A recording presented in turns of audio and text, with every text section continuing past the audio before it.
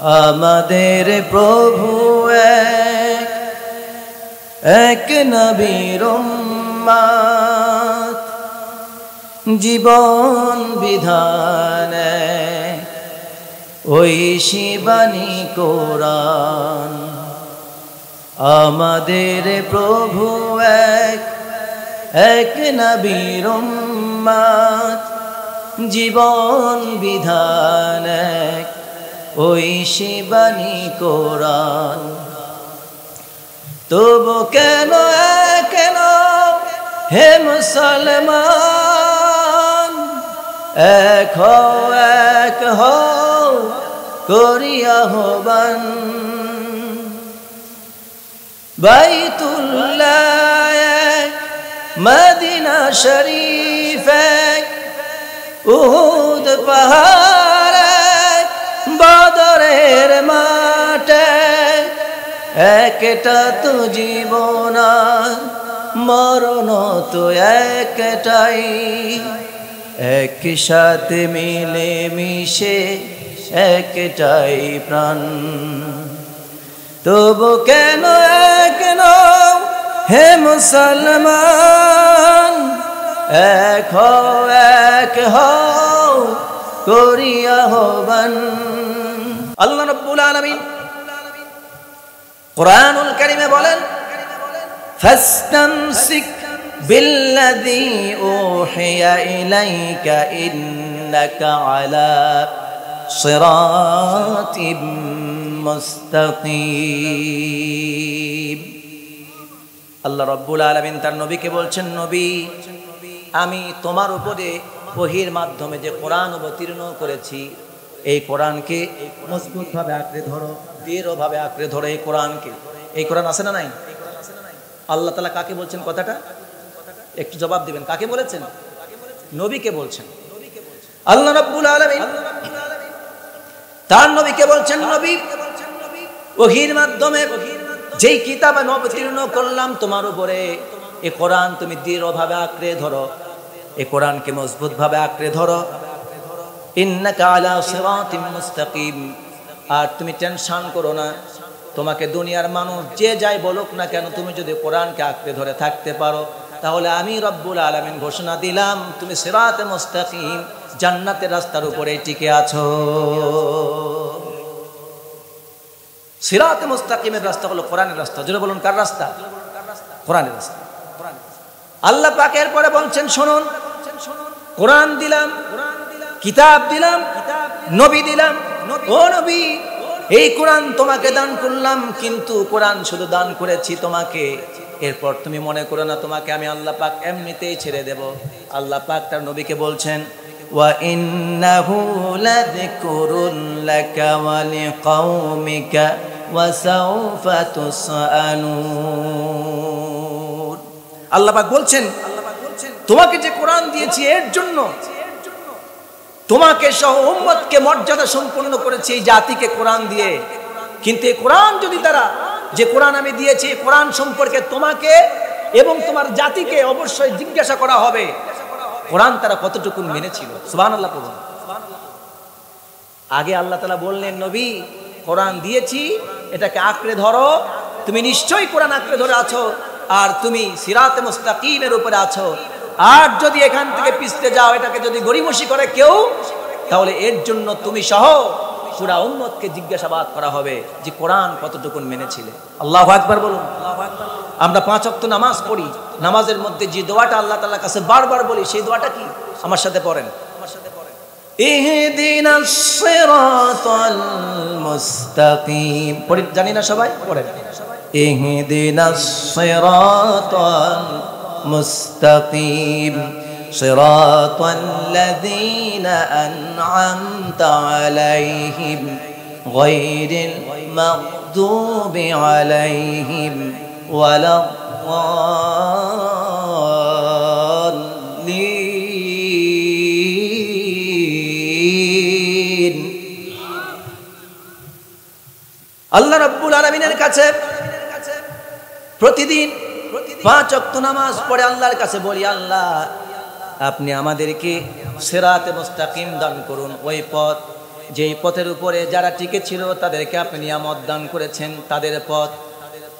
আর যারা গোমরাহ হয়ে গেছে, পথভ্রষ্ট হয়ে গেছে, অভিশপ্ত হয়ে গেছে, ইহুদি আর খ্রিস্টান, তাদের পথ থেকে আমাদেরকে হেফাজত করো। তাদের পথ আমরা চাই না, আমরা চাই নবীদের পথ, সিদ্দিকদের পথ, শুহাদার পথ, সালেহিনের পথ। আমরা তাদের পথ চাই। আল্লাহ আপনি আমাদেরকে নবীগিন, সিদ্দিকিন, শুহাদা, সালেহিনের পথ দান করুন। সুবহানাল্লাহ। তাহলে সিরাতে মুস্তাকিম আল্লাহ দান করেছেন এবং আমাদেরকে প্রত্যেক দিন 5 ওয়াক্ত নামাজে সূরা ফাতিহায় যখন তেলাওয়াত করি তখন সবসময় আল্লাহ তাআলার কাছে যেই পথটা চাই, সেই পথের নামটা কি? আওয়াজ দিয়ে বলুন, সেই পথের নাম কি?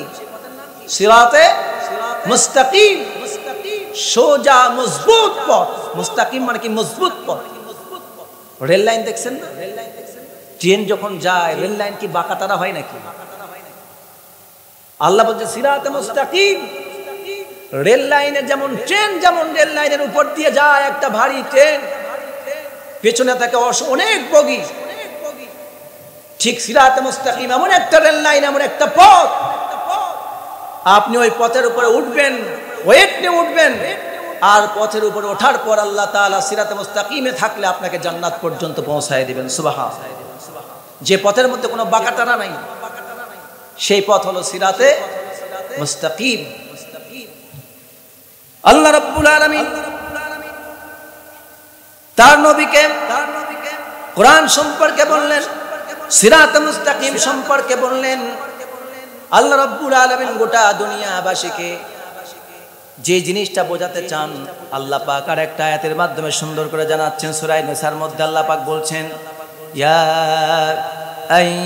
আইয়ুহাল্লাযীনা আমানু আতিউল্লাহা ওয়া আতিউর রাসূল ওয়া উলিল আমরি মিনকুম فإن تنازعتم في شيء فردوه إلى الله। আল্লাহ পাক বলছেন, হে ঈমানদারেরা, আনুগত্য করো আল্লাহর, আনুগত্য করো রাসূলের, আর আনুগত্য করো উলিল আমর। উলিল আমরের প্রথম শ্রেণী হচ্ছে তারা যারা আলেম, দ্বিতীয় হচ্ছে তারা যারা রাষ্ট্রপ্রধান, নেতৃত্ব যারা দেন, আমির, তারা হচ্ছে উলিল আমর। আর তোমাদের মাঝে যদি কোনো বিষয়ে বিভেদ তৈরি হয়, মীমাংসা করতে পারছো না, তাহলে সেই বিষয়টা নিয়ে তর্ক বিতর্কে না জড়িয়ে তোমরা আল্লাহ তার রাসূলের দিকে ফিরে আসো। সুবহানাল্লাহ পড়ুন। যদি মানুষেরা কোরআন এবং সুন্নাহর দিকে তর্ক বিতর্ক ত্যাগ করে যদি কোরআন এবং সহিহ হাদিসের দিকে ফিরে আসতো, তাহলে এই পৃথিবীতে ফেরকা আর বিভিন্ন ধর্ম সৃষ্টি হতো না। ঠিক কিনা বলুন? ঠিক কিনা বলুন? একটা জিনিস আপনারা হয়তো জানেন কিনা জানি না, এই পৃথিবীতে ধর্ম আছে কতগুলো জানেন? এই পৃথিবীতে ধর্ম আছে কতগুলো? এই পৃথিবীতে ধর্ম আছে ৪৫০০। কতগুলো বললাম? ৪৫০০ ধর্ম আছে। ইসলাম, এটা হচ্ছে পৃথিবীর প্রাচীনতম ধর্ম। সমস্ত ধর্মগুলি ৪৫০০ যে ধর্ম, এর মধ্যে আছে ইসলাম, আছে ইহুদি, আছে খ্রিস্টান, আছে ইহুদি, আছে হিন্দু, আছে বৌদ্ধ, আছে চীনা, আছে আপনার তাইবাত, সিদ্ধ, শিখ, চীনা লোক ধর্ম, অসংখ্য ধর্ম আছে। এরকম ৪৫০০ ধর্ম আছে। এই ৪৫০০ ধর্মের সবকটা ধর্ম যেই ধর্ম থেকে এসেছে তার নাম হলো ইসলাম। সে ধর্মের নাম কি? সেই ধর্মের নাম ইসলাম। কথা শুনতেছেন আপনারা? বোঝার চেষ্টা করবেন। ইসলাম ধর্ম, ইসলাম ধর্ম। তাহলে এবার বলুন তো, ইহুদি, খ্রিস্টান, বৌদ্ধ, পারসিক, শিখ, হিন্দু, যত ধর্ম আছে পৃথিবীতে, সব ধর্মগুলো কোথা থেকে আসছে? শিখাইলাম, ভুলে গেছেন? আওয়াজ তো বলুন, কোথা থেকে আসছে? ইসলাম থেকে আসছে। ইসলাম থেকে। কিন্তু সেগুলি ইসলাম নয়। কেন? মানুষ তার নিজস্ব চিন্তা চেতনা, যখন আল্লাহর দেওয়া কিতাব, নবীদের কথা বাদ দিয়ে, আল্লাহর দেওয়া কিতাব আর নবীদের কথা বাদ দিয়ে যখন মানুষ নিজের চিন্তা চেতনা, মন গড়া আইন ও কানুন, নিজের সিদ্ধান্ত, দিন থেকে অনেক কিছু ছাড়াই বাছাই করে নিজের চিন্তা ভাবনা তৈরি করে দিয়ে সেটাকে যখন দিন বলে চালাই দিতে চেয়েছে, আল্লাহ বলেছেন তখন সাথে সাথে, এটা আমার দিন না, এই দিন চলবে না, আমি আল্লাহ যেই দিন আদমকে দিয়েছি, যেই দিন নূহকে দিয়েছি, যেই দিন ইব্রাহিমকে দিয়েছি, মুসা ঈসাকে দিয়েছি, যেই দিন মুহাম্মদকে দিয়েছি, এটাই একমাত্র দিন। বাকি সব বিকৃত, বাকি সব বাতিল। একটাই আল্লাহর পক্ষ থেকে দিন, তার নাম ইন্নাদ-দীন ইনদাল্লাহিল ইসলাম। চিৎকার দিয়ে বলুন সেই দিনের নাম কি? এই পৃথিবীতে অনেকে, আমাদের কিছুদিন আগে আমাদের দেশের সেনাপ্রধান ওয়াকারুজ্জামান, নাম কি? শুনতেছেন কথা? ওকামের জামান নাকি?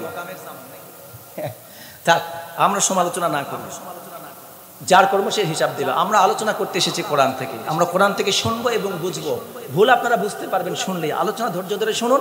আমি কি বোঝাতে চাই ইনশাআল্লাহ 1 ঘন্টায় আলোচনায় আশা করি আপনারা আজকের এই বছরের আলোচনা কে কি করবে জানি না, কিন্তু আমার এই আলোচনা 1 ঘন্টা শোনার পর ইনশাআল্লাহ আপনি পারিবারিক জীবনে, ব্যক্তি জীবনে ইনশাআল্লাহ অনেক সিদ্ধান্ত আপনি নিতে পারবেন ইনশাআল্লাহ। ওয়াকারুজ্জামান সে বলতেছে যে এই পৃথিবীর সবচেয়ে প্রাচীন ধর্মের নাম হলো হিন্দু ধর্ম, সনাতনী ধর্ম। কি ধর্মের নাম? সনাতন ধর্ম। ওই ধর্ম কি ধর্ম? হিন্দু ধর্ম। তিনি বলতেছেন আমরা যে বাইতুল্লাহ হজ করি, ওই বাইতুল্লাহ তো 360টা মূর্তি ছিল। তার মানে কি? আমাদের ধর্মের আগে হিন্দু ধর্ম ছিল। নওয়াজবিল্লাহ বললেন না? খুশি হচ্ছেন আপনারা না? কি একটা সেনাপ্রধান, নামি দামি সেনাপ্রধান পাইছি আমরা। কত জ্ঞানী, ওরে বাপ রে, জ্ঞানের ঠিকই। তার মধ্যে একজন লোক হাই কমান্ড যার আছে, সে বলতেছে এই কথা। একটা বড় পদে থেকে সে বলতেছে একটা জাতিকে, এই দেশে নাকি সনাতনী ধর্ম অনেক প্রাচীন। এই পৃথিবীতে মুহাম্মদ সাল্লাল্লাহু আলাইহি ওয়াসাল্লাম আসারও আগে এই সনাতনী ধর্ম ছিল। আমরা তো ইসলাম পেয়েছি মুহাম্মদ সাল্লাল্লাহু আলাইহি ওয়াসাল্লামের পর থেকে, মুহাম্মদ থেকে। এবার আপনাদেরকে একটু প্রশ্ন করি, প্রিয় ভাইয়েরা আমার, বলুন তো ইসলামকে আমরা মুহাম্মদের কাছ থেকে পেয়েছি না পৃথিবীর সূচনা লগ্ন থেকে, আদম থেকে শুরু করেছে ইসলাম? আওয়াজ দিয়ে বলুন, আরো চিৎকার দিয়ে শুনতে চাই। মুসলমান, আমরা পথভ্রষ্ট হতে চাই না। এখন থেকে আমরা যেন সঠিক জবাব দিতে পারি। বলুন তো ইসলাম কি আমার কাছে এসেছে মুহাম্মদ থেকে নাকি আদম থেকে? এমন একটা গভীর ইসলাম সম্পর্কে যার ন্যূনতম জ্ঞান নাই, তাকে আমরা এই বাংলাদেশের 18 কোটি মানুষকে নিয়ন্ত্রণ করবার জন্য, এই মানুষদেরকে রক্ষা করবার জন্য, এই সার্বভৌমত্বকে রক্ষা করবার জন্য, হায়নাদের হাত থেকে রক্ষা করবার জন্য আমরা সেনা প্রধানের দায়িত্ব দিয়েছি একটা মুসলিম দেশে, ইসলামিক কান্ট্রি থেকে মুসলিম কান্ট্রিতে, অথচ তার মধ্যে ন্যূনতম ইসলামের জ্ঞান নাই। আওয়াজ দিয়ে বলুন ঠিক কিনা? অর্থ চৌকিদারের জায়গায় বাংলাদেশে হওয়ার কথা না, যে ইসলামের কথা জানে না এখনো পর্যন্ত। এই যে মুরব্বি, আপনারা কত ওয়াদা দিয়েছেন না 1 ঘন্টা? 1 নম্বর উপর চাপ না নিম্ন চাপ? আপনারা কথা দিয়েছেন 1 ঘন্টা, আপনারা কি কষ্ট পাচ্ছেন? আলোচনা ছেড়ে দেব, মনোযোগ দিয়ে দেই? কাউকে উঠতে দিবেন না, ডানে বামে কেউ না, আর একজন যেন না ওঠে। আমি তো বলেছি কথা বলবো 1 ঘন্টা, আরো আগে উঠলে আপনাদেরকে আরো অনেক সুন্দরভাবে বোঝাতাম, কিন্তু যেহেতু সময় কম, এগুলা বোঝাচ্ছি, কষ্ট হচ্ছে আপনাদের, জানার দরকার আছে না নাই? তাহলে বলুন তো, যে ব্যক্তি, ওনার এই কথা বলার উদ্দেশ্য কি জানেন? যেহেতু ইসলাম ধর্ম পেয়েছি মুহাম্মদের পর থেকে, মুহাম্মদ মানে মুহাম্মদ সাল্লাল্লাহু সাল্লাম, আর হিন্দু ধর্ম, সনাতন ধর্ম যেহেতু এই দেশে অনেক প্রাচীন ধর্ম, বা পৃথিবীতে, শুধু এই দেশ না পৃথিবীতে অনেক প্রাচীন ধর্ম, অতএব অনেক কিছুতে আমাদেরকে হিন্দুদেরকে ছাড় দিতে হবে, সনাতন ধর্মকে ছাড় দিতে হবে, ওদেরকে অনেক কিছুতে আমাদের সহযোগিতা করতে হবে। অর্থাৎ মুসলমানদের চাইতে তাদেরকে প্রায়োরিটি বেশি দিতে হবে। মুসলমানদের দেশে থেকে ইসলামকে খাটো করে, আল্লাহর ঘর কাবাকে খাটো করে এমন কথা যেই সেনাপ্রধান বলতে পারে, সেই সেনাপ্রধান ধর্মীয় অনুভূতিতে আঘাত করেছে। এই সেনাপ্রধান আগামীতে, গততে আমাদের শেখ হাসিনা স্বৈরাচারকে সামান্য বিভিন্ন ধরনের সহযোগিতা দিয়ে ক্ষমতায় বসায় রেখে এই দেশের হাজারো সন্তানকে ধ্বংস করে দিয়েছে। এই সেনাপ্রধানকে গ্রেফতার করে অনতিবিলম্বে কারাগারের মধ্যে ঢুকাতে হবে। চলে বলুন ঠিক কিনা মুসলমান?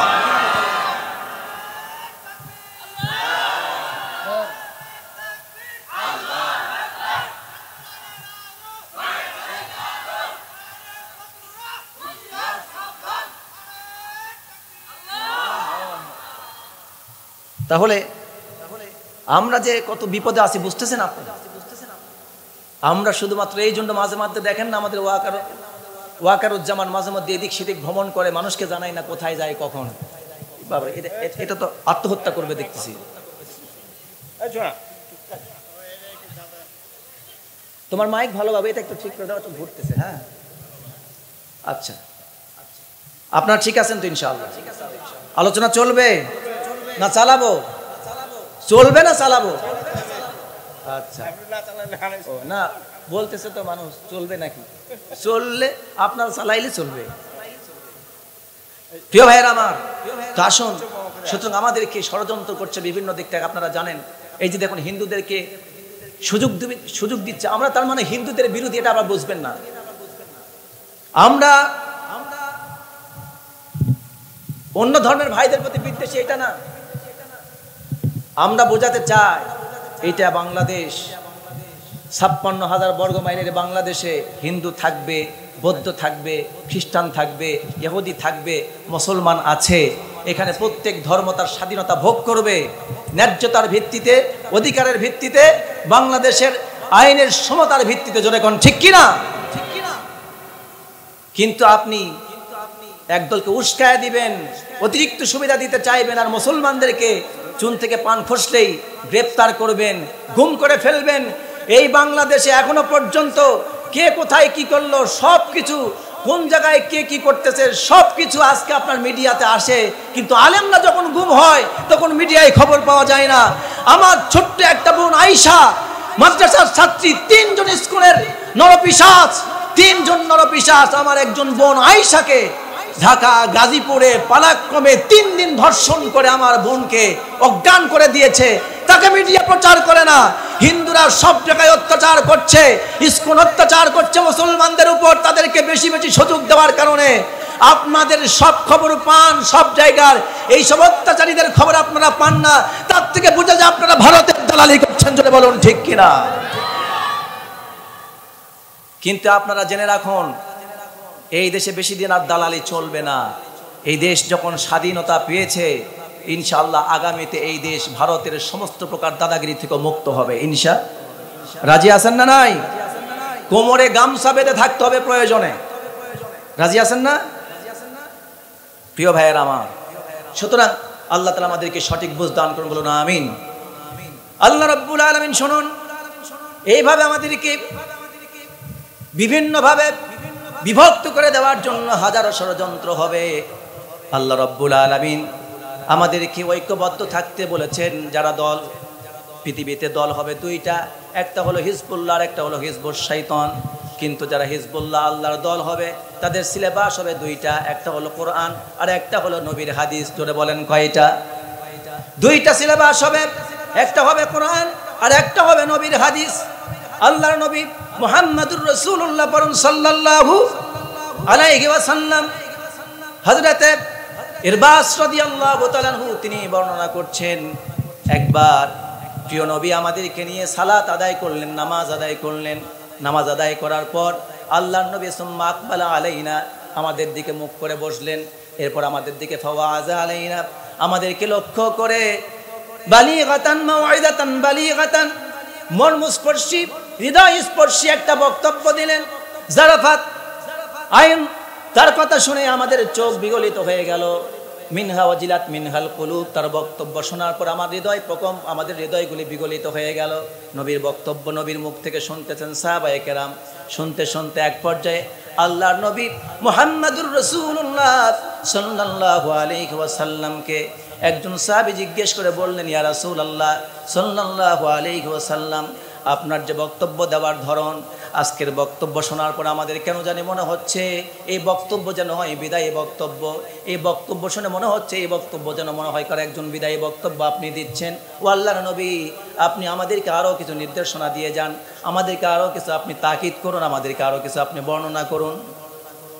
নবীজি তার কথা শোনার পর সাহাবীদেরকে লক্ষ্য করে বললেন, উসিকুম বিতাকওয়াল্লাহ, আমি তোমাদেরকে ওসিয়ত করছি, তোমাদেরকে নির্দেশ দিচ্ছি আল্লাহকে ভয় করার, ওয়াসসামঈ ওয়াত-তাআতি, আর তোমাদের আমিরের আনুগত্য করার, তার কথা শোনার। ওয়াইন আবদান হাবশিয়ান, যদিও তোমাদের সেই আমির একজন হাবশী গোলাম হয়, তবুও তোমরা তার আনুগত্য করবা, তার কথা শুনবা।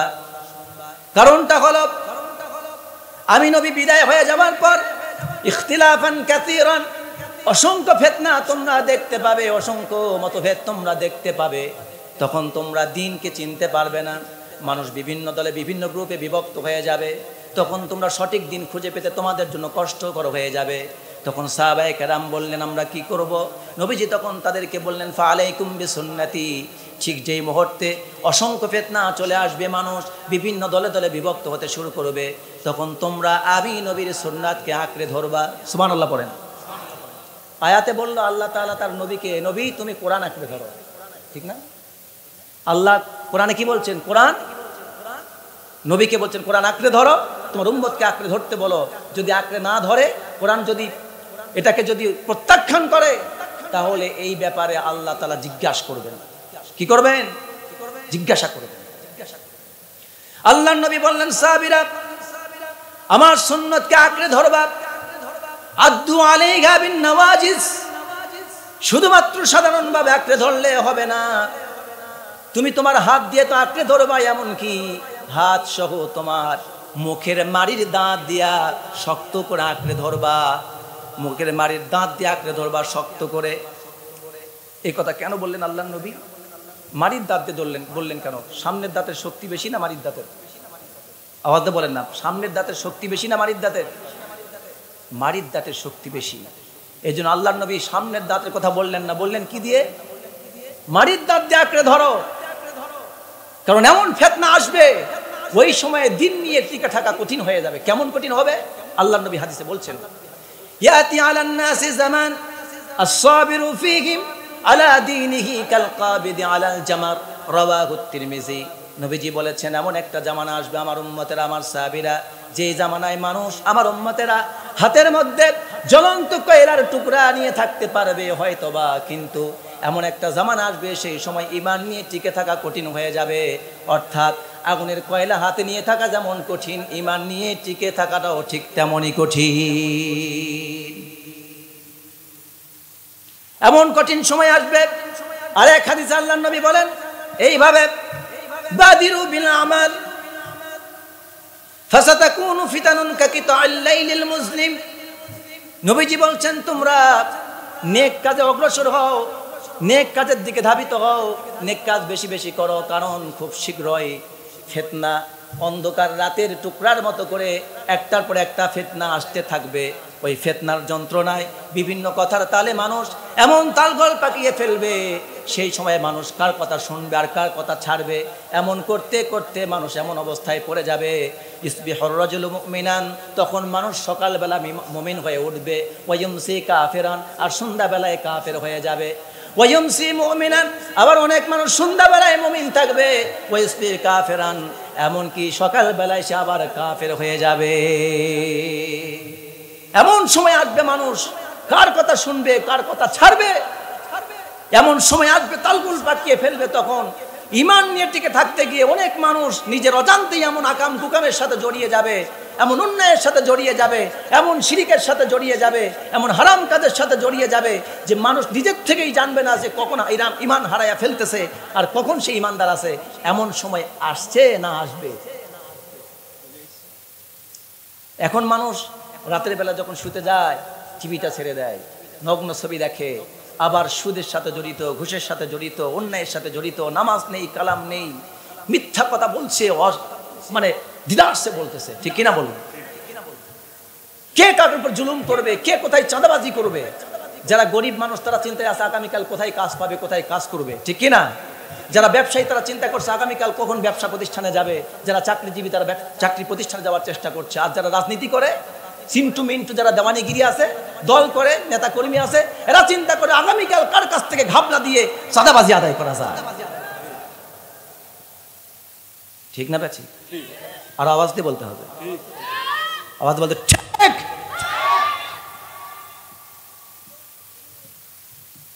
কষ্ট হচ্ছে? না না, কষ্ট হয় না। চলবে? হ্যাঁ চলবে না? আচ্ছা আচ্ছা আমার প্রিয় ভাইয়েরা, ঠিক এমন একটা সময় এখন বলুন তো যারা চাঁদাবাজি করছে ওদের ঈমান আছে? ইমান হারায়া ফেলতেছে, যারা জেনা করতেছে, মদ খাচ্ছে, নেশা করতেছে, সুদের সাথে জড়িত, অন্যায়ের সাথে জড়িত, জোর দখলের সাথে জড়িত, মানুষকে হত্যা করছে।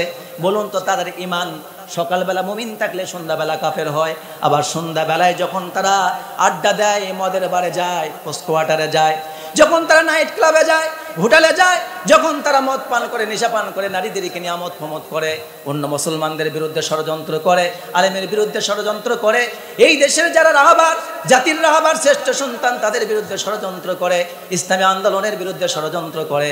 এখন বলুন তো নিজের অজান্তেই তারা ইমান হারায়া ফেলতেছে, কিন্তু বুঝতেছে না। ঠিক কিনা বলুন? আল্লাহর নবী তাই বুঝাচ্ছেন, বান্দা আমার, আল্লাহর নবী বুঝাচ্ছেন আমার উম্মতেরা, আমার সাহাবীরা শোনো, এমন একটা সময় আসবে যেই সময় অন্ধকার রাতের টুকরার মতো করে ফিতনা আসতে থাকবে, তখন তোমরা ঈমান কখন থাকবে কখন চলে যাবে বুঝতে পারবে না। অতএব সেই সময় তোমরা কি করবে শোনো। আল্লাহর নবী আরেক হাদিসে বলেন, তিরমিজি শরীফের হাদিস, আল্লাহর নবী বলছেন, লা ইয়াতিয়ান্না আলা উম্মতি আতা বানি মা আতা আলা বানি ইসরাইল। আল্লাহর নবী বলছেন সেই অবস্থার সম্মুখীন আমার উম্মতরা অবশ্যই হবে যে অবস্থার সম্মুখীন হয়েছিল বানি ইসরাইলেরা, সে অবস্থার সম্মুখীন নিঃসন্দেহে আমার উম্মতরাও হবে। হাজওয়ান নাল বিন নাল, নবীজি বলছেন এক জোড়া জুতার এক জুতা যেমন আর একটার মতো হয়, অনুরূপভাবে আমার উম্মতরা ইহুদি আর খ্রিস্টান বিধর্মীদের অপকালচার এমনভাবে অনুসরণ করবে, ওরা যেমন করবে আমার উম্মতেরাও ঠিক তাদের মতো ইহুদি আর খ্রিস্টানদের মতোই কাজ করবে। আল্লাহ নবী উদাহরণ দিয়েছেন, সুন্দর করে বুঝুন। এক জোড়া জুতার একটা যেমন আরেকটার মতো হয়। আপনারা যখন বাজারে গিয়ে জুতা কিনেন, এক পায়েরটা ছোট হয় আর এক পায়েরটা বড় হয় নাকি? হ্যাঁ, এক পায়ের স্যান্ডেলের ফিতা একটু বড় হয়, বাম পায়েরটা বড় হয় আর ডান পায়েরটা ছোট হয়, এমন হয় নাকি? দুই পায়ের জুতা দুটাই একরকম হয়?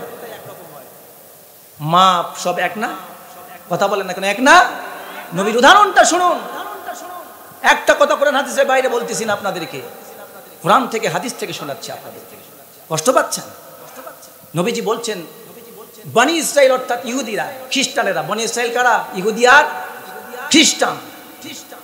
এরা যা অনুসরণ করবে আর উম্মতেরা ঠিক তাদেরকে পায়ের জুতার মতো অনুসরণ করবে। অর্থাৎ ওরা যদি এক বিগত সামনে এগোয়, আমার উম্মতরাও ঠিক সামনে এক বিগত সামনে এগোবে। ওরা যদি এক বিগত পেছে আসে, আমার উম্মতরাও বলবে কোরআন সুন্নাহ থাক। ওই ইহুদি খ্রিস্টান ওরা সভ্য জাতি, ওরা উন্নত জাতি, ওদের মতো করে সামনে এগোতে হবে। ওরা যদি পেছনে আসে, আমরাও পেছনে আসবো। কোরআন সুন্নাহ ছেড়ে দিবে, ওদেরকে অনুসরণ করবে। আজ বাংলাদেশে যে আইন, যে কালচার, যেই নীতি চলতেছে, রাজনীতি, অর্থনীতি, সমাজনীতি, ব্যাংক নীতি, পরিবার নীতি, যা নীতি, সবকিছু কাদের? আওয়াজ দিয়ে বলেন না, ভয় লাগে? আওয়াজ দিয়ে বলেন তো, কাদের এগুলি নীতি? ব্রিটিশদের। কার নীতি? ওই ইংরেজদের, ওই ইহুদি আর খ্রিস্টানদের। ঠিক না? এরপরে নবীজি যে কথাটা বলেছেন, এটা আমি যদি বলতাম তাহলে আপনারা হয়তো আমাকে গালি দিতেন। মামুনুর রশিদ হুজুর এত নিকৃষ্ট ভাষায় আমাদেরকে বলে গেল, হুজুরের লজ্জা শরম নাই। কিন্তু এরপর নবীজি যে কথাটা বলেছেন, মারাত্মক কথা বলেছেন। কি বলেছেন? নবীজি সাল্লাল্লাহু আলাইহি ওয়াসাল্লাম এরপরে বলছেন, হাত্তা ইন কানা মিনহুম মান আতা উম্মাহু আলানিয়াতান লাকানা ফি উম্মতি মান ইয়াসনাউ যালিক। নবীজি বলছেন ওই ইহুদিদের অনুসরণ আমার উম্মতরা এমন ভাবে করবে, ইহুদিরা যদি প্রকাশ্যে কিংবা গোপনে তার মায়ের সাথে যদি জেনা ব্যভিচার করে, আমার উম্মতের মধ্যে এমন কোন লোক থাকবে তারাও তার মায়ের সাথে তাদের মতোই প্রকাশ্যে কিংবা গোপনে জেনা ব্যভিচার করবে। হাদিস, সহিহ হাদিস। কঠিন কথা না? মায়ের সাথে কেউ জেনা করে, কিন্তু নবীজি বলছেন এমন একটা জামানা আসবে, ফিতনা এমন ভাবে আসবে, এত ভাবে অন্যায় চলতে থাকবে, অশ্লীলতা এত ব্যাপক হবে, ঘরে ঘরে অশ্লীলতা ঘরে ঘরে ছেয়ে যাবে, তখন মানুষ হিতাহিত জ্ঞান হারায় ফেলবে। গরু ছাগলের মতো, পশুর মতো ওরা মা বোন কিছুই চিনবে না, বাপে মেয়েকে ধর্ষণ করছে। সেই জামানা বোধহয় এখনো আসেনি। কথা বোঝেন নাই? আসে নাই? তাহলে মায়ের সাথে জেনা করতে কতক্ষণ লাগে? আল্লাহ তোমার কাছে দোয়া করি, মাবুদ ওই জামানা আসার আগেই আমাদেরকে দুনিয়া থেকে উঠায় নাও। আল্লাহ ওই জামানা দেখার আগে আল্লাহ আমাদেরকে দুনিয়া থেকে উঠায় নাও।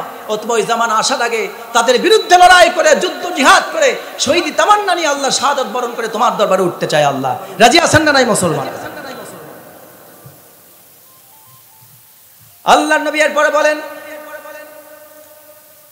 তাদেরকে বক্তব্য দিচ্ছেন নবীজি তাদেরকে বলছেন, আমার সাহাবীরা শোনো, ওই জামানা এমনটা কঠিন হবে, ওয়া ইন্না বানি ইসরাঈলা তাফাররাকাত আলা সিনতাইনি সাবঈনা মিল্লাতান, ওই বনি ইসরাইল ইহুদি খ্রিস্টানেরা তারা 72 দলে বিভক্ত হয়ে চলে গিয়েছে, কিন্তু আমার উম্মতেরা ওয়াতাফতারিকু উম্মতি আলা সালাসিন ওয়া সাবঈনা মিল্লা, কিন্তু আমার উম্মত যারা থাকবে ওরা ইহুদিদের চেয়ে তো এক দল বেশি করে ফেলবে।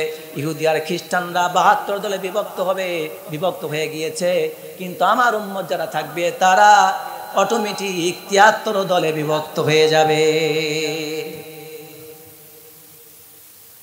কুল্লুহুম ফিন্নার ইল্লা মিল্লাতান ওয়াহিদা, নবীজি বলেন সবাই জাহান্নামে যাবে কেবলমাত্র একটা দল ছাড়া, একটা জামাত ছাড়া। তখন সাহাবায়ে কেরাম জিজ্ঞেস করলেন, ইয়া রাসূলুল্লাহ সাল্লাল্লাহু আলাইহি ওয়াসাল্লাম, যেই দলটা জান্নাতে যাবে সেই দলের বৈশিষ্ট্য একটু আপনারা আমাদেরকে বলে দেন। মূল কথায় চলে আসছি এবার। আল্লাহ পাকের নবী, সাহাবারা প্রশ্ন করলেন, নবী জবাব দিয়ে বলছেন, ক্বালা মা আনা আলাইহি ওয়া সাহাবিহি, আমি নবী যার উপরে আছি, কোরআনের উপরে আছি, আর আমার সাহাবীরা যার উপরে আছে, অর্থাৎ আমার সাহাবীরা কোরআনের উপরে আছে আর আমার নবীর সুন্নতের উপরে আছে। আমার সাহাবীরা, আমি নবী দুনিয়া থেকে বিদায় হয়ে চলে যাব, আমাকে তোমরা পাবা না, কিন্তু কোরআন পাবা, আমার সুন্নত পাবা, আমার খোলাফায়ে রাশিদিনের সুন্নত পাবা। আসহাবিকান নুজুম, আমার এক একটা সাহাবী আকাশের তারকার মতো নক্ষত্র, উন্নত ছাড়া সাহাবী। একটা সাহাবীর পথ যদি অনুসরণ করতে পারো, ওই এক সাহাবীকে অনুসরণ করার কারণে তোমরা আল্লাহর জান্নাতে পৌঁছে যাবে। সুবহানাল্লাহ। আল্লাহর নবী তখন বললেন, তোমরা যদি জান্নাতি দলে থাকতে চাও, তাহলে যারা আমি নবীর অনুসরণ করে, অর্থাৎ সুন্নাহর অনুসরণ করে, হাদিসের অনুসরণ করে এবং কোরআন মেনে চলে, তোমরা তাদের দলে ঢুকে যাবা। সুবহানাল্লাহ পড়ুন। এবার আবার মূল কথায় ফিরে আসি। তাহলে প্রধান হক দলের প্রথম বৈশিষ্ট্য কি, তাদের সিলেবাস কি হবে? কোরআন এবং সুন্নাহ। কেন হবে শুনুন। আমার প্রিয় ভাইয়েরা, আল্লাহর নবী বলেছেন, তারাকতুকুম আলা মিসলিল বাইদা লাইলুহা ওয়া নাহারুহা সাওয়াউন। নবীজি আরেক জায়গায় বলেন, তারাকতু ফীকুম আমরাইন লান তাদিল্লু মা তামাসসাকতুম বিহিমা কিতাবাল্লাহি ওয়া সুন্নাতা রাসূলি। নবীজি বলেন, আমার উম্মতেরা, আমি তোমাদের কাছে দুইটা জিনিস রেখে গেলাম, একটা হলো কোরআন আর একটা হলো সুন্নাত, আল্লাহর কিতাব, আর একটা হলো আমি নবীর সুন্নাত। তোমরা যদি এই দুইটা জিনিসকে আঁকড়ে ধরে রাখতে পারো, তাহলে কখনোই পথভ্রষ্ট হবে না, কখনোই ধ্বংস হয়ে যাবে না। এই দুইটা জিনিসকে তোমরা আঁকড়ে ধরে থাকো। কয়টা জিনিস? একটা হলো কোরআন আর একটা হলো সুন্নাহ। আল্লাহর নবী তাদেরকে বলছেন এই কথা বলার পর, তারাকতুকুম আলা মিসলিল বাইদা লাইলুহা ওয়া নাহারুহা সাওয়াউন, আমি তোমাদেরকে পরিষ্কার পরিচ্ছন্ন শুভ্র আলোর উপরে রেখে গেলাম। আমার কোরআন সুন্নাহর আলো, উভয়টা আলো রাত এবং দিন উভয় উজ্জ্বলে সমান থাকবে। যে ব্যক্তি কোরআন সুন্নাহকে মেনে নেবে, যে ব্যক্তি কোরআন সুন্নাহকে আঁকড়ে ধরবে, ওই ব্যক্তির জন্য আল্লাহ রাব্বুল আলামিন রাত এবং দিন দুটাই সমান করে দিবেন। অর্থাৎ আপনি যদি কোরআন সুন্নাহ আঁকড়ে ধরেন, হাজারো বাতিল শক্তি আপনার সামনে আসুক, যতই পথভ্রষ্ট লোক আপনাকে এসে পথভ্রষ্ট করার চেষ্টা করুক, আপনাকে কখনো পথভ্রষ্ট করে জাহান্নামে নিতে পারবে না। যদি দুইটা জিনিসকে আঁকড়ে ধরে থাকতে পারেন, এক নম্বর হলো কোরআন আর দুই নম্বর হলো নবীজির সুন্নাহ। ঠিক কিনা বলুন? কেন আঁকড়ে ধরবেন? নবীজি বলছেন, ইন্না হাযাল কুরআনা তারফুহু বিয়াদিল্লাহ। নবীজি বলেন, এই কোরআনের একটা প্রান্ত আল্লাহর হাতে আছে, ওয়া তারফুহু বিআইদিকুম, আর এই কোরআনের একটা প্রান্ত তোমাদের হাতে আছে। তোমাদের হাতে মানে উম্মতের হাতে, বান্দার হাতে। একটা কোরআনের প্রান্ত কার হাতে আছে? আওয়াজ দিয়ে বলুন। কোরআনের এক প্রান্ত আছে স্বয়ং আল্লাহর হাতে, আর এক প্রান্ত তারফুহু বিআইদিকুম, তোমাদের হাতে আছে। অতএব তোমরা যদি কোরআনকে মজবুতভাবে আঁকড়ে ধরো, তাহলে আল্লাহ রাব্বুল আলামিন তার হাতে যেহেতু কোরআনের রশি একটা ধরা আছে আর তোমরা আরেক প্রান্ত ধরে রেখেছো, আল্লাহ রাব্বুল আলামিন তোমাদেরকে কোরআন আঁকড়ে ধরেছো মানে, নবীর সুন্নাত আঁকড়ে ধরেছো মানে তোমরা সিরাতে মুস্তাকিমের পথে আছো। আর সিরাতে মুস্তাকিমের পথে আছো মানে আল্লাহ রাব্বুল আলামিন তোমাদেরকে এক টান দিয়ে জান্নাতের মধ্যে নিয়ে যাবেন। বলুন সুবহানাল্লাহ। কত সুন্দর কথা। প্রিয় ভাইরা আমার, আর একটা উদাহরণ দিতে চাই এই বিষয়ে। আচ্ছা বলুন তো, আপনারা যদি আয়নার সামনে দাঁড়ান, বলুন তো আয়নার সামনে নিজের চেহারার মধ্যে কোথায় কাটা চিহ্ন আছে, কোথায় ফাটা চিহ্ন আছে, মাথার চুলগুলি এলোমেলো আছে কিনা, এটি আয়নার মধ্যে দেখা যায় কিনা। আল্লাহ রাব্বুল আলামিনের হাবিব সাল্লাল্লাহু আলাইহি ওয়াসাল্লাম আমাদের মাঝে কি বলছেন? তারাকতুকুম আলা মিসলিল বাইদা লাইলুহা ওয়া নাহারুহা সাওয়াউন। নবীজি বলছেন, আমি তোমাদেরকে পরিষ্কার পরিচ্ছন্ন শুভ্র আলোর পরে রেখে গেলাম। তোমরা নিজেদের শরীরের ভুল ত্রুটি, নিজের চেহারার মধ্যে কোথায় ময়লা আছে আর চেহারার মধ্যে কোথায় দাগ আছে, মাথার চুল ঠিক আছে কিনা, এটাকে পরিপাটি করার জন্য যেমন আয়নার সামনে দাঁড়িয়ে নিজেকে পরিষ্কার পরিচ্ছন্ন করো, পরিপাটি করো, ঠিক অনুরূপভাবে তোমরা যদি তোমাদের নিজেদের জীবনে ভুলগুলিকে সংশোধন করতে চাও, নিজের জীবনকে যদি সুন্দর করে সাজাতে চাও, জীবনের কোথায় ভুল আছে এটা যদি দেখতে চাও, তাহলে কোরআন এবং সুন্নাহ নামক আয়নার সামনে দাঁড়াও, কোরআন এবং সুন্নাহকে সামনে রাখো, আর তার সামনে নিজেকে পেশ করে বলো কোথায় কি আছে। কোরআন এবং সুন্নাহ আপনার জীবনের বাঁকে বাঁকে, রন্ধে রন্ধে, মোড়ে মোড়ে কোথায় ভুল আছে, কোথায় ঠিক আছে, কোনটা জান্নাতের পথ, কোনটা জাহান্নামের পথ, কোনটা ঈমানের পথ, কোনটা বেঈমানের পথ, সব কোরআন এবং সুন্নাহ আপনার সামনে একটার পর একটা তুলে ধরবে, আপনাকে স্পষ্ট করে দেবে। সুবহানাল্লাহ। প্রিয় ভাইয়েরা আমার, তাহলে এবার একটু আপনার আওয়াজ দিয়ে বলুন তো, কোরআন সুন্নাহকে আঁকড়ে ধরার দরকার আছে না নাই? সকল সমস্যার সমাধান কোরআনে আছে না নাই? সব সমস্যার সমাধান চাও যদি জীবনে মরণে, ফিরে যাও খুঁজে নাও চোখ রাখো কোরআনে। ঠিক কিনা বলেন? সমাধান চাও যদি জীবনে মরণে, ফিরে যাও খুঁজে নাও চোখ রাখো কোরআনে। তবেই পাবে সুখ, তবেই পাবে সুখ, জান্নাত ঠিকানা যদি মেনে নাও তুমি মনে প্রাণে। সমাধান, ঠিক কিনা বলুন? সমাধান চাও যদি জীবনে মরণে, ফিরে যাও খুঁজে নাও চোখ রাখো কোরআনে। আল্লাহ কবুল করুন, বলুন আমিন।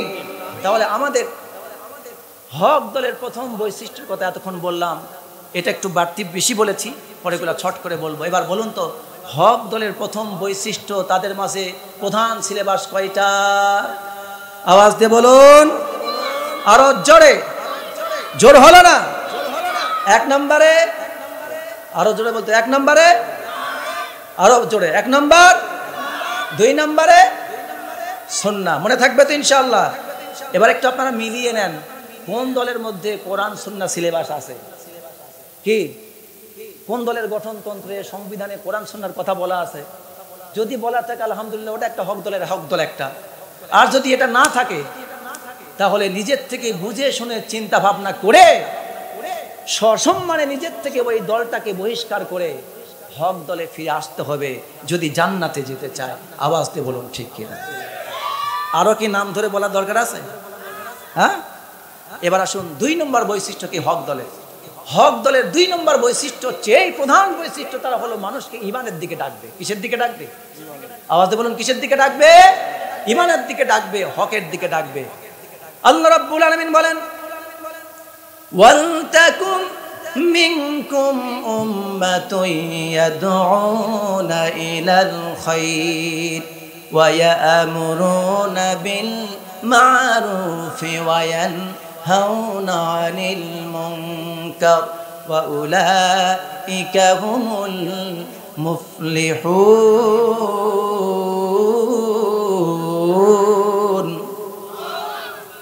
আল্লাহ রাব্বুল আলামিন বলেন, বাই ফোর্স অফ কোর্স একটা দল তোমাদের মধ্যে থাকবে।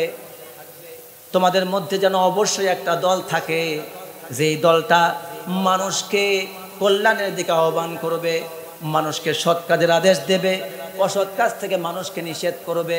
আর এই তিনটা কাজ যেই দলের নেতা এবং কর্মীরা করবে, জেনে রাখো ওই দলের নেতা আর কর্মীদেরকে মানুষ যাই বলুক, ওদেরকে যে ট্যাগ দিয়ে গালি দেখ না কেন, ওদেরকে মৌলবাদ বলুক, ওদেরকে জঙ্গিবাদ বলুক, ওদেরকে সেকালে বলুক, ওদেরকে রাজাকার বলুক, আর দেশদ্রোহী বলুক, যাই বলুক না কেন, আল্লাহ তাআলা বলছেন যেই দলের মধ্যে তিনটা কর্মসূচি থাকবে। জোরে বলুন কয়টা?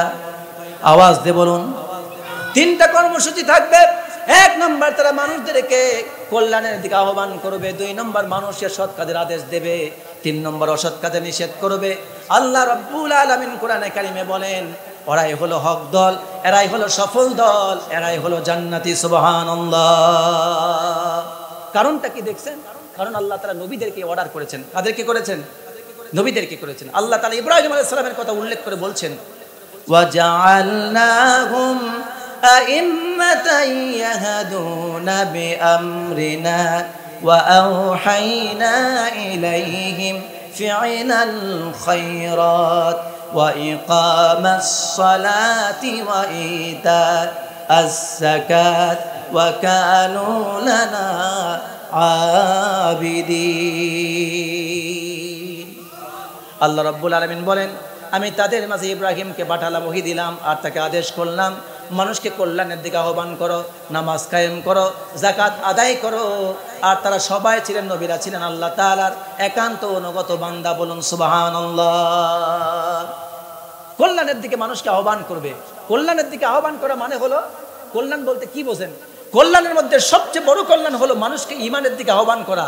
আর ঈমানের দিকে আহ্বান করা মানে আল্লাহর দিকে আহ্বান করা। যেই বান্দা আল্লাহকে পেয়ে যাবে সে গোটা দুনিয়া সবকিছু পেয়ে যাবে, আর যে আল্লাহ থেকে বঞ্চিত থাকবে তার কিছুই থাকবে না। ঠিক কিনা বলুন? সুতরাং ঈমানের দিকে তারা ডাকবে। প্রিয় ভাইয়েরা, সুতরাং কল্যাণের দিকে মানুষকে যারা ডাকে এরা হলো হক দল। জোরে বলুন, কি দল? হক দল। যারা মানুষকে ঈমানের দিকে ডাকে, সে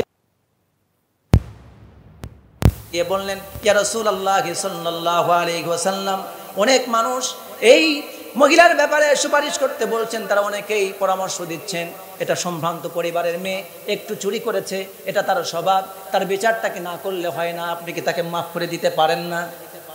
কাকে বলতেছে?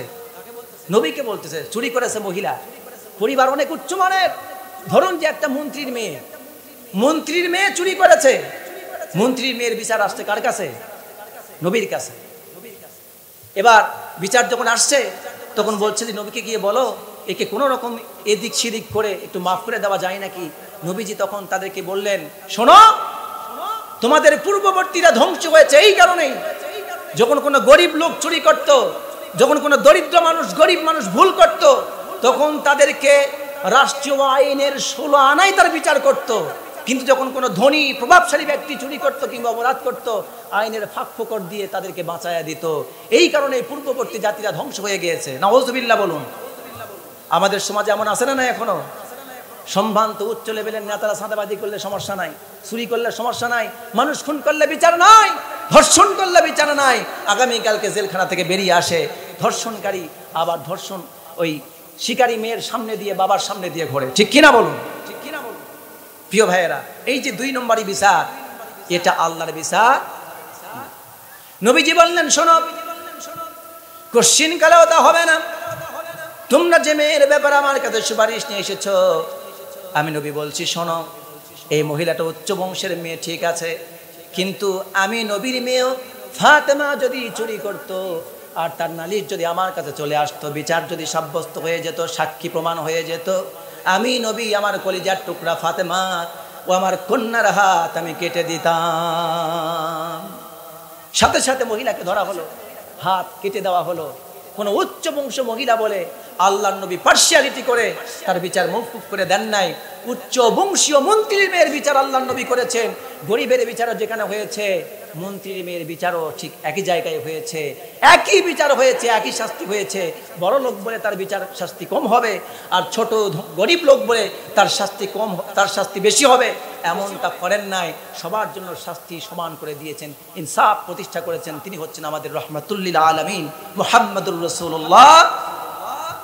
সেই শান্তিপূর্ণ সমাজ ব্যবস্থা আমরা চাই কি চাই না? আওয়াজ দিয়ে বলুন, কোরআনের এমন বিচার ব্যবস্থা চালু হোক যেখানে আমার গরিব ভাইয়ের বিচার যেমন হবে, একজন মন্ত্রীর বিচার ঠিক একইভাবে হবে। ঠিক কিনা বলুন? আমার গ্রামের একটা চৌকিদারের বিচার যেভাবে হবে, সেনাপ্রধানের বিচার ঠিক একইভাবে হবে। আমার গ্রামের একজন মুচির বিচার যেভাবে হবে, আমার দেশের একজন প্রধানমন্ত্রী যদি অপরাধ করে তার বিচার একই জায়গায় হবে, একই শাস্তি হবে, এক চুল এদিক সেদিক হবে না। এটা চান কি চান না আপনারা? যদি সেই সোনালী সমাজ চান, কল্যাণমূলক রাষ্ট্র চান, তাহলে আগামীতে আপনাদেরকে সিদ্ধান্ত নিতে হবে, যারা আল্লাহর দ্বীনের দিকে আপনাদেরকে ডাকতেছে, কোরআনের বৈশিষ্ট্য তাদের মাঝে পাবেন, হক দলের বৈশিষ্ট্য তাদের মাঝে পাবেন, তাদের পাশে থাকুন, তাদের সাথে থাকুন। ইনশাআল্লাহ আপনাদেরকে অন্তত আমরা দুর্নীতি মুক্ত একটা দেশ আপনাদেরকে উপহার দিতে পারবো। আল্লাহ তাআলা আমাদের সবাইকে থাকার তৌফিক দান করুন। রাজি আছেন না নাই? যারা এবার আছে একটু দুটো হাত আল্লাহকে তাকবীর দিয়ে দেখায় দেন, লিল্লাহি তাকবীর। কোরআন সুন্নাহর আলো, সংসদে জালো, তোমার নেতা আমার নেতা, নারে তাকবীর।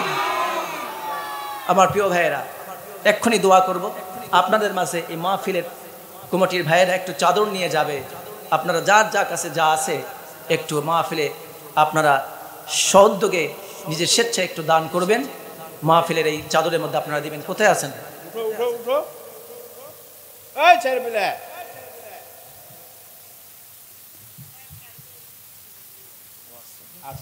আচ্ছা, আপনারা আর 10টা মিনিট আছে, আপনারা কি ধৈর্য ধরবেন না? 10টা মিনিট ধরবেন? আচ্ছা, আপনারা দিতে থাকেন, আর 10টা মিনিট আলোচনা চলুক। 10 মিনিট পর আমরা দোয়া দিয়ে চলে যাবো ইনশাআল্লাহ। তাহলে হক দলের প্রধান বৈশিষ্ট্যের মধ্যে প্রথম বৈশিষ্ট্য তাদের সিলেবাস হবে কোরআন এবং সুন্নাহ। 2 নম্বর হক দলের বৈশিষ্ট্য হলো তারা মানুষকে ঈমানের দিকে ডাকবে, কল্যাণের দিকে ডাকবে, সৎ কাজের আদেশ করবে, অসৎ কাজে নিষেধ করবে। এইটা শুধুমাত্র নবীদের কাজ ছিল, এটা শুধুমাত্র হক দলের কাজ, শুধুমাত্র সাধারণ মানুষের কাজ এমনটা না। আল্লাহ রাব্বুল আলামিন আপনার আমার নবী, প্রিয় নবী মুহাম্মদুর রাসূলুল্লাহ করুন সাল্লাল্লাহু আলাইহি ওয়াসাল্লাম, তাকে আল্লাহ তাআলা বলছেন, ইয়ামুরুহুম বিল মারুফি ওয়া ইয়ানহাহুম আনিল মুনকার ওয়া ইউহিল্লু লাহুমুত তাইয়্যিবাতি ওয়া ইউহাররিমু আলাইহিমুল খাবাইস। নবীজিকে আল্লাহ পাক বলেন, তিনি অর্থাৎ নবী মুহাম্মদ সাল্লাল্লাহু আলাইহি ওয়াসাল্লাম, তিনি তাদেরকে অর্থাৎ উম্মতদেরকে সৎ কাজের আদেশ করেন, অসৎ কাজে নিষেধ করেন। আর কি করেন? ইউহাল্লু লাহুমুত তাইয়্যিবাত, আর যেই বস্তুগুলি পবিত্র হালাল, যেই বস্তুগুলি মানুষের জন্য কল্যাণকর উপকারী, মানব জাতির জন্য কল্যাণকর উপকারী পবিত্র বস্তু, সেগুলিকে তিনি হালাল করে দেন। আর যে বস্তুগুলো অপবিত্র নাপাক, মানুষের জন্য ক্ষতিকর, এমন বস্তুগুলিকে আমার নবী হারাম করে দিয়ে যান। আমার নবী সৎ কাজের আদেশ দেন, অসৎ কাজে নিষেধ করেন, আর হালাল বস্তুগুলিকে হালাল করেন, আর অপবিত্র নাপাক বস্তুগুলিকে হারাম বানিয়ে দেন। এটা নবীর কাজ। কার কাজ? নবীর কাজ।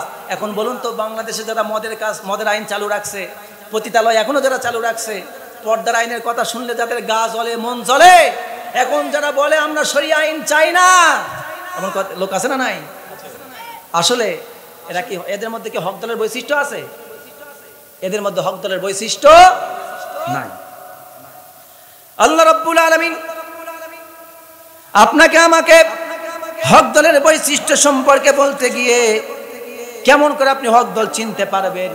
হক দল হচ্ছে সেই দল, যেই দল সমকালীন বাতিল শক্তির টার্গেটে পড়বে। দেখবেন যে সমস্ত বাতিল শক্তিগুলো ওই দলের বিরুদ্ধে লাগে যাবে। আল্লাহর নবী যখন মক্কায় দাওয়াত দিয়েছিলেন, আবু লাহাব তার পিছনে লাগছিল কিনা? আবু জেহেল, আবু লাহাব, উতবা, শাইবা, ওয়ালিদ ইবনে মুগীরা, আবু সুফিয়ান, সব মক্কার কাফের মুশরিকরা একজনের পিছনে লাগছিল। তার নাম কি? মুহাম্মদুর রাসূলুল্লাহ। আজকেও দেখেন এই দেশে অসংখ্য ইসলামী দল আছে, কিন্তু সবার পিছনে লাগে না। লাগে? লাগে? ইহুদিরা জানে, খ্রিস্টানরা জানে, বিধর্মীরা জানে। কারা এই বাংলাদেশে যদি রাষ্ট্র ক্ষমতায় আসে, তাহলে এই দেশ থেকে হারাম বন্ধ হয়ে যাবে, দুর্নীতি বন্ধ হয়ে যাবে, চুরি চামারি বন্ধ হয়ে যাবে, চাঁদাবাজি বন্ধ হয়ে যাবে।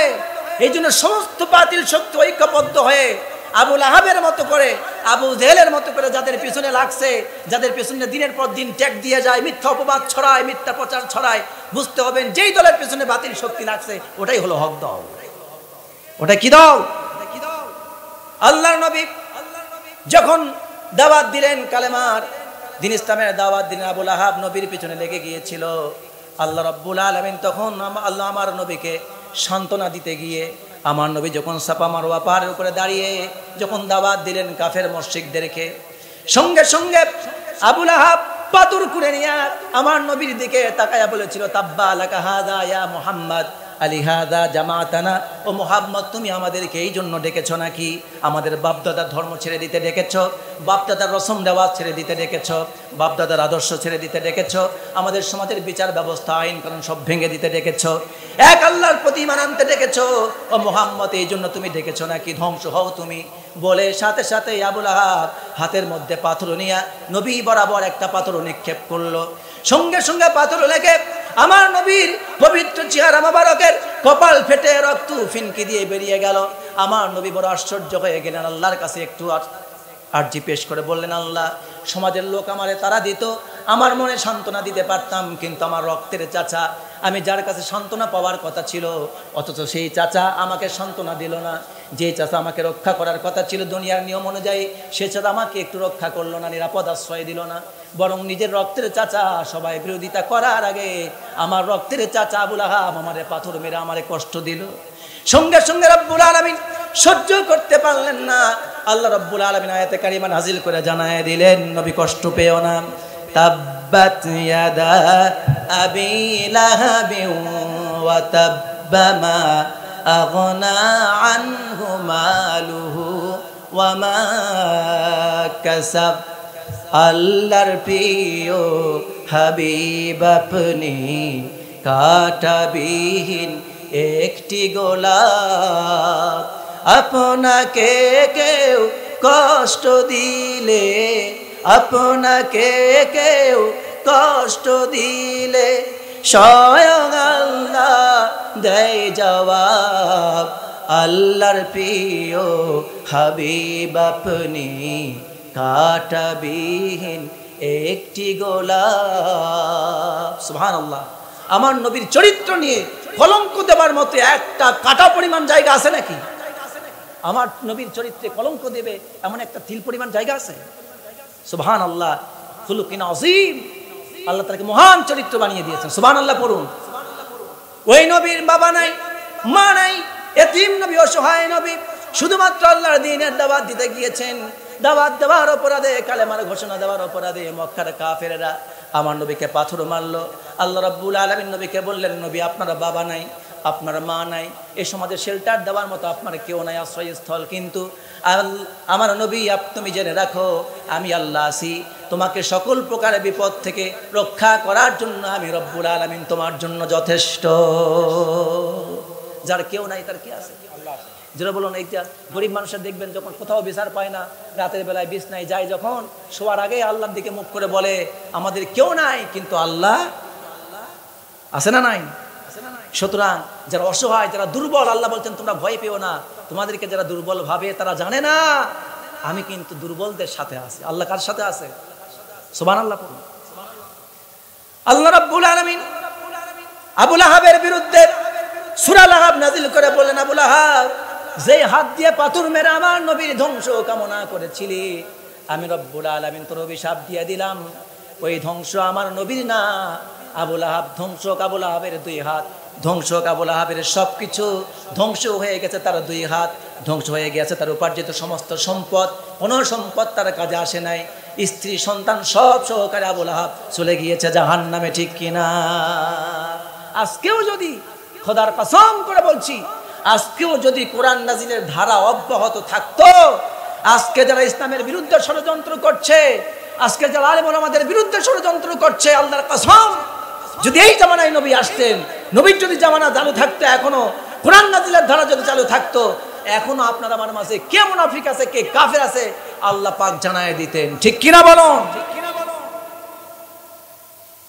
প্রিয় ভাইয়েরা আমার, তাহলে যারা হক দল হবে, এদের প্রধান বৈশিষ্ট্যের মধ্যে 3 নম্বর বৈশিষ্ট্য হলো, এরা সবসময় বাতিল শক্তির টার্গেটের শিকার হবে। বাতিল শক্তি মনে করবে, আল্লাহ তাআলা কেমন করে বলছেন জানেন? আল্লাহ তাআলা বলছেন সূরা মুলুকের মধ্যে, ওয়া ইয়াকাদুল্লাযীনা কাফারু লা ইসলিকুনাকা বিআবসারিহিম লাম্মা সামিউয যিকরা ওয়া ইয়াকুলুনা ইন্নাহু লামাজনুন।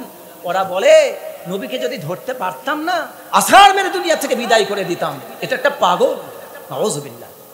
দেখছেন ওদের বলার ধরনটা? দেখছেন, নবীকে যদি ধরতাম, যদি পাইতাম, আছাড় মেরে দুনিয়া থেকে বিদায় করতাম। কাদের কথা? আওয়াজ দিয়ে বলেন, কাদের কথা? কাফেরদের কথা। আজকে আলেমদের বিরুদ্ধে এরকম কিছু বলতেছে লোক আছে না? আছে না? আল্লাহ তাআলা এগুলো থেকে হেফাজত করুন। হ্যাঁ, দেখছেন নবীকে ধরে জেলে দিবে এমন কথা বলার লোক বাংলাদেশে আছে। নাউজুবিল্লাহ বলেন, আস্তাগফিরুল্লাহ। তাহলে যে কথাটি বলতেছিলাম, তাহলে হক দলের 3 নম্বর বৈশিষ্ট্য কি থাকবে? হক দলের বিরুদ্ধে লাগবে কারা? বাতিল শক্তি হক দলের বিরুদ্ধে লাগবে। 4 নম্বর হক দলের বৈশিষ্ট্য হলো, এটা বলে শেষ করে দিব। হক দলের বৈশিষ্ট্য আছে 11টা, তার মধ্যে 4টা আজকে আপনাদেরকে বলছি, এটা খুবই সংক্ষেপে বলছি। এটাও হক দলের 4 নম্বর বৈশিষ্ট্য হচ্ছে এই যে ওরা তাদের মিশন আর নবী করিম সাল্লাল্লাহু আলাইহি সাল্লামের মিশন, নবীদের মিশনের সাথে তাদের মিশন মিলে যাবে, নবীদের দাওয়াতের সাথে তাদের দাওয়াত মিলে যাবে, তাদের কাজকর্ম কর্মসূচি মিলে যাবে। সুবহানাল্লাহ বলুন। নবী কি শুধুমাত্র তাওহীদের দাওয়াত দিয়েছেন? না, তাওহীদের দাওয়াত দিয়েছেন সত্য, শুধু কি তাওহীদের দাওয়াত? ইসলাম শুধু মসজিদে থাকবে, ইসলাম শুধুমাত্র মক্তবে থাকবে, ইসলাম শুধুমাত্র মাদ্রাসায় থাকবে, ইসলাম শুধুমাত্র বিয়ে শাদীতে চর্চা হবে, রাষ্ট্রে চলবে না, বিচার ব্যবস্থায় থাকবে না, রাজনীতিতে থাকবে না, অর্থনীতিতে থাকবে না, সমাজ ব্যবস্থায় থাকবে না, পরিবারে থাকবে না, ব্যক্তিতে থাকবে না। ব্যক্তি ইচ্ছা হইলে ইসলাম মানবে, ব্যক্তি ইচ্ছা করলে ইসলাম ছেড়ে দেবে। নবীকে এরকম দাওয়াত দিয়েছিলেন। এখন যারা বলে, যারা রাজনীতি করে ক্ষমতার জন্য করে, বুঝছি ওদের রাজনীতি ক্ষমতার রাজনীতি। এই নিয়ে আমার একটা আলোচনা আছে, ইসলামের রাজনীতি, ইসলাম থেকে রাজনীতি আলাদা নাকি ইসলাম ও রাজনীতি একই বিষয়, এই বিষয়ে আমার একটা আলোচনা আছে, এটা আজকে করছি না। প্রিয় ভাইয়েরা, যারা এই কথা বলে তারা মারাত্মক ভুল কথা বলে। তাওহীদের দাওয়াত শুধুমাত্র নবী দেন নাই, এই তাওহীদের মাঝে রাষ্ট্র আছে, পরিবার আছে, সমাজ আছে, ব্যক্তি আছে। এই দাওয়াতের মধ্যে মসজিদ আছে, মাদ্রাসা আছে, রাজনীতি আছে, অর্থনীতি আছে, সমাজনীতি আছে, আন্তর্জাতিক নীতি আছে, বিচার নীতি আছে, বাণিজ্য নীতি আছে। সব নীতি নবীর দাওয়াতের মধ্যে আছে না নাই? যদি না থাকতো তাহলে তো ইসলাম আনকমপ্লিট হতো, ঠিক কিনা? তাহলে ইসলাম তো হতো অপূর্ণাঙ্গ। কিন্তু আমরা কি বলি? Islam is the complete code of life. ইসলাম কি? একটা পরিপূর্ণ জীবন ব্যবস্থা, ঠিক না? তাহলে যদি পরিপূর্ণ জীবন ব্যবস্থা হয়, তাহলে এখানে শুধু মসজিদে নামাজ পড়ার ব্যবস্থা আইন আছে, এখানে শুধুমাত্র জানাজা পড়ার নিয়মকানুন দেওয়া আছে, বিয়ে শাদী করার নিয়মকানুন দেওয়া আছে, মসজিদ মাদ্রাসায় দিন শিক্ষা দেওয়ার মতো ব্যবস্থার কথা বলা আছে। আর রাষ্ট্র চালাবার মতো কথা কোরআনে দেওয়া নাই। আওয়াজ দিয়ে বলতে হবে, আছে না নাই?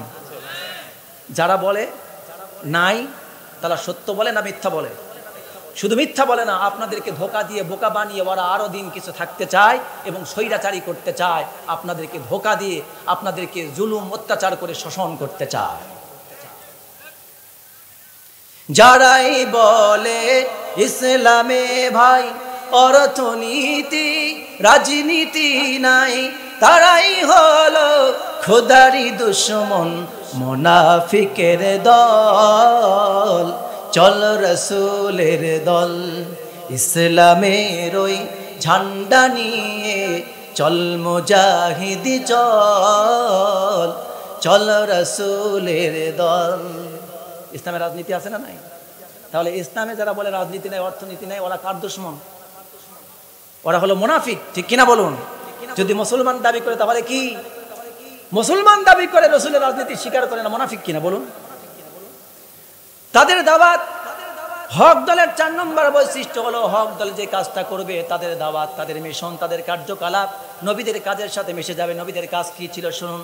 আল্লাহ পাক কোরআনে কারিমে বলছেন, হুয়াল্লাযী আরসালা রাসূলাহু বিল হুদা ওয়া দীনিল হাক্কি লিইয়ুযহিরাহু আলাদ-দীনি কুল্লিহি ওয়ালাউ কারিহাল মুশরিকুন।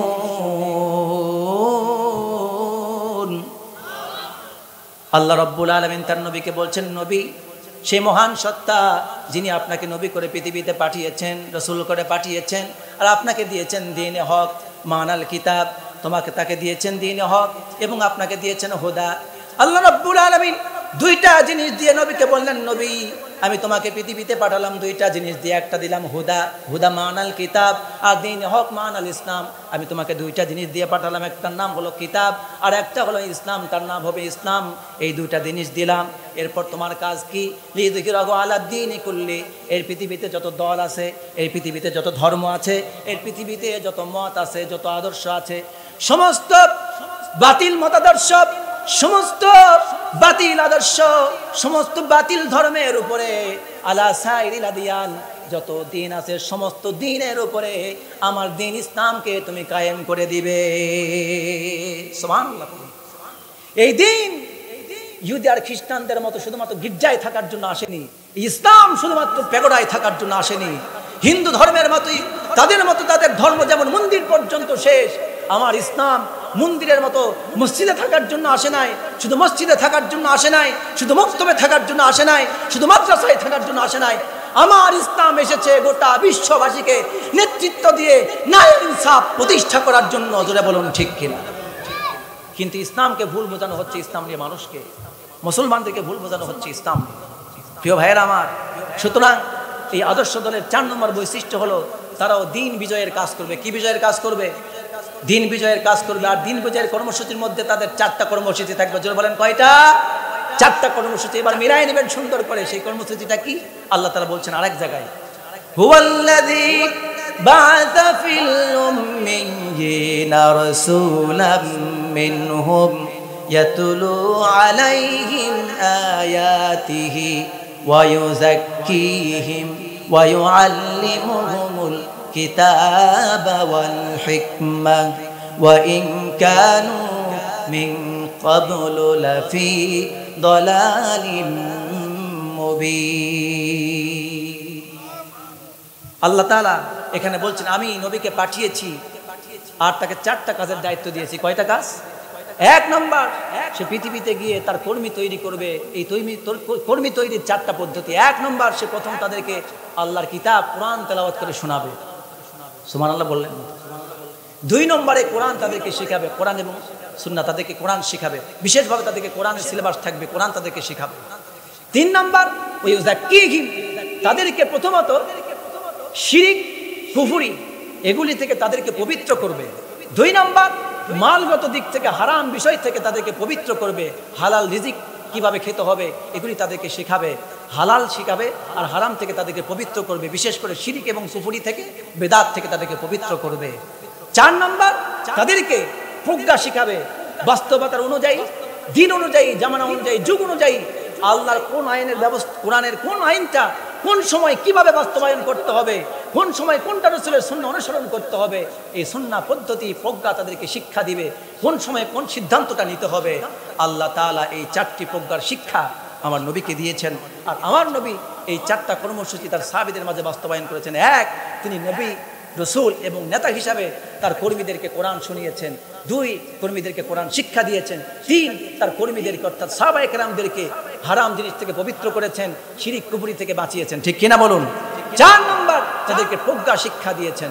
আজকে আপনি তাকায় দেখেন তো কোন দলের কর্মীরা, কোন দলের নেতারা তার কর্মীদেরকে কোরআন শেখায়, কোরআন শোনায়, দার্স শেখায়, এরপর তাদেরকে আবার পবিত্র করতে চায়, তাদেরকে হিকমা শেখায়, প্রজ্ঞা শেখায়।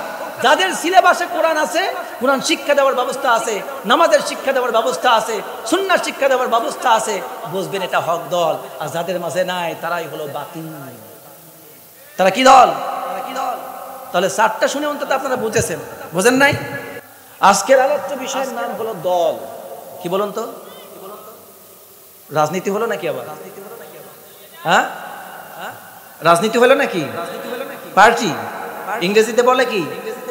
পার্টি, বাংলায় বলে দল, আর আরবিতে বলে হিজবুল। তাহলে এবার বলুন, দল শব্দটা কোরআনে আছে না নাই? আলোচনার নাম দল, কিন্তু শুধু দল না। দল হলো 2 প্রকার। আল্লাহর ভাষায় দল কত প্রকার? দল হচ্ছে 2 প্রকার, হিজবুল্লাহ আর হিজবুশ শাইতান। দল বললাম 2 প্রকার, হিজবুল্লাহ আর হিজবুশ শাইতান। যেহেতু মানুষ হচ্ছে সামাজিক জীব, no man can live alone, মানুষ সমাজ ছাড়া একা বাস করতে পারে না, মানুষ সমাজে বসবাস করতে পছন্দ করে। ঠিক কিনা বলুন? সুতরাং অবশ্যই আপনারা পছন্দ করেন কোনো বন জঙ্গলে থাকতে নয়, অবশ্যই আপনারা পছন্দ করেন কোনো একটা নিরিবিলি জায়গায় যেখানে মানুষ নাই, কেউ নাই, এমন একটা জায়গায় থাকতে আপনারা নিশ্চয়ই পছন্দ করেন না। ঠিক কিনা বলুন? আমরা সেই জায়গায় থাকতে চাই যেখানে মানুষ আছে, আমার প্রতিবেশী থাকবে, আমার বিপদ আপদে সাহায্য সহযোগিতা করবে। ঠিক কিনা বলুন? সুতরাং এমন একটা সমাজ আমরা চাই। আর সেই সমাজটায় থাকতে গেলে নিজের জানাতে কিংবা অজানাতে, জানতে কিংবা অজান্তে একটা দলের সাথে আমরা সম্পৃক্ত হয়ে পড়ি। এটা আমাদের মানুষের নেচার, এটা আমাদের একটা স্বভাব, ঠিক কিনা বলুন? যেহেতু আমরা জড়িয়ে পড়ি, সুতরাং এখন আপনি যেহেতু মানব সমাজে বাস করেন, এখন আল্লাহ তাআলা তো আপনার আমার সম্পর্কে বেশি ভালো জানেন, ঠিক কিনা বলুন? যেহেতু মানুষ আমরা একটা দলের সাথে জড়িয়ে যাবই, এই জন্য আল্লাহ বলে দিয়েছেন তুমি যেহেতু দলের সাথে জড়বাই, তাহলে কোন দলের সাথে তুমি জুড়ে যাবা, সেই দলের ক্রাইটেরিয়া কি হবে, তার কর্মসূচি কি হবে, তার বৈশিষ্ট্য কি হবে, ওই বৈশিষ্ট্যগুলি দেখে দেখে তুমি হিজবুল্লাহর দলে যুক্ত হয়ে যাও। আর আমি আল্লাহর দেওয়া বৈশিষ্ট্যের সাথে যদি না মিলে ওই দলের বৈশিষ্ট্য, তাহলে হিজবুল শয়তানের দল কি করব? ধরবো না ছেড়ে দেব? শয়তানের দল ছেড়ে দিতে হবে। আর আল্লাহ তাআলা বলছেন যে শয়তানের দল যেটি, সেটা হলো ক্ষতিগ্রস্ত, আর যেটা আল্লাহর দল সেটা হলো সফল। আলা ইন্না হিজবাল্লাহি হুমুল গালিবুন, আল্লাহ বলছেন চূড়ান্ত বিজয় হবে আল্লাহর দল। সুবহানাল্লাহ পড়ুন। সুতরাং সামান্য কিছু সময় আপনাদের সামনে অনেক কিছু আসতে পারে, অনেক কিছু আপনি দেখতে পারেন, বাতিল শক্তি শয়তানের দল আপনার সামনে। ইন্না কাইদাশ শাইতানি কানা দাঈফা, শয়তানের ষড়যন্ত্র দুর্বল, কিন্তু সে আপনাকে প্রতিহত করবার জন্য, আপনাকে দমন করবার জন্য সে পাহাড় সম একটা বাধা নিয়ে আপনার সামনে চলে আসবে। কিন্তু আপনি যদি ইমানের উপর ইস্তেকামত থেকে সামনে ওভারকাম করতে পারেন, আপনি ইনশাআল্লাহ বিজয় আল্লাহ তাআলা আপনার কপালে লিখে দিবেন, ঠিক কিনা বলুন? এই জন্য আমরা যতই বাধায় আসুক সামনে, আগামীর দিন আপনাদের সিদ্ধান্ত নেওয়ার দিন। আগামীর দিন বাংলার জমিনটা হবে ইসলামের জমিন, বাংলার জমিন হবে কোরআনের জমিন, বাংলার জমিন হবে আলেম ওলামাদের জমিন। রাজি আছেন না নাই? দুটো হাত তোলা আল্লাহকে দেখান মুসলমানেরা।